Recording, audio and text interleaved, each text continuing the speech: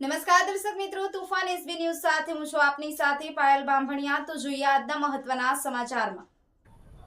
વાઘોડિયા વડોદરા મુસળધાર વરસાદની અંદર વિખૂટું પડી જતું હતું। પાણી ભરાવાને કારણે વર્ષોથી જાંબુવા કાંસની સફાઈ બાકી હતી, જે અમારા માનનીય ભૂપેન્દ્રભાઈ પટેલ સાહેબની સંવેદનશીલ સરકાર આખા ગુજરાતમાં અત્યારે ક્યાંય પાણી ના ભરાય એ કામો કરી રહી છે। જેના ભાગરૂપે આજે તાલુકાનો જાંબુવા કાંસ જે પીપળિયાથી ઉમરવા ગામ સુધી આશરે 11.02 કિલોમીટર લંબાઈનો છે, જે 40,52,000નું ટેન્ડર હતું, જેની બિલો રકમ 22,10,466 રૂપિયામાં આજ રોજથી એટલા રૂપિયાની કિંમતનું કામ ચાલુ થયેલ છે।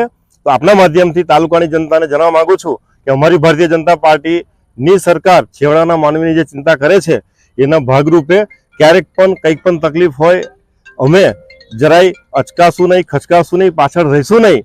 અને આપના માધ્યમથી ફરીથી જનતાને જણાવીશ કે આ કામ આપનું જ છે। અહીંયા લાગતા વખતે આસપાસના મિત્રો આનું ધ્યાન રાખે અને ચોક્કસપણે કહી શકીએ કે આવતા ચોમાસામાં તકલીફ ના પડે અને આ તાલુકાનો સૌથી મોટો કાંસ એ સાફ સફાઈ થઈ, ઝાડી ઝાકરા સાફ થઈ અને પાણીનો મોટા પ્રમાણમાં નિકાલ થશે। તેમજ આની આગળ જે બાકી છે એ સ્ટેટમાં આવે છે, એ પણ અધિકારીશ્રીઓ આવતા વીકમાં વિઝિટ કરી અને 2 મશીન મૂકીને પણ સફાઈ કરવાના છે, જેથી કરીને તકલીફ ચોમાસામાં પબ્લિકને ન પડે એના માટે અમે ચિંતિત છીએ અને આ જનતા જનાર્દનને સમર્પિત। ભારત માતા કી જય, અસ્તુ, જય જય ગીર ગુજરાત।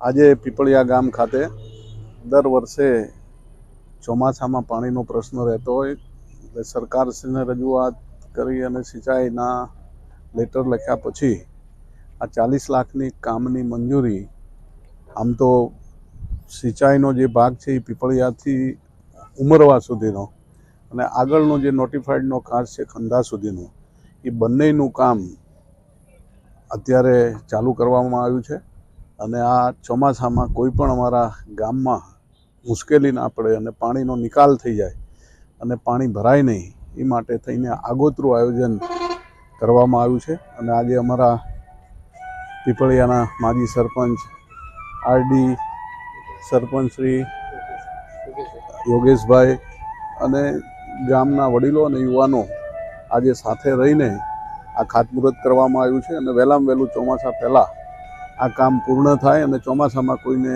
કોઈ પણ પ્રકારની મુશ્કેલી ના પડે એ માટે થઈને આ આગોતરું આયોજન કરવામાં આવ્યું છે।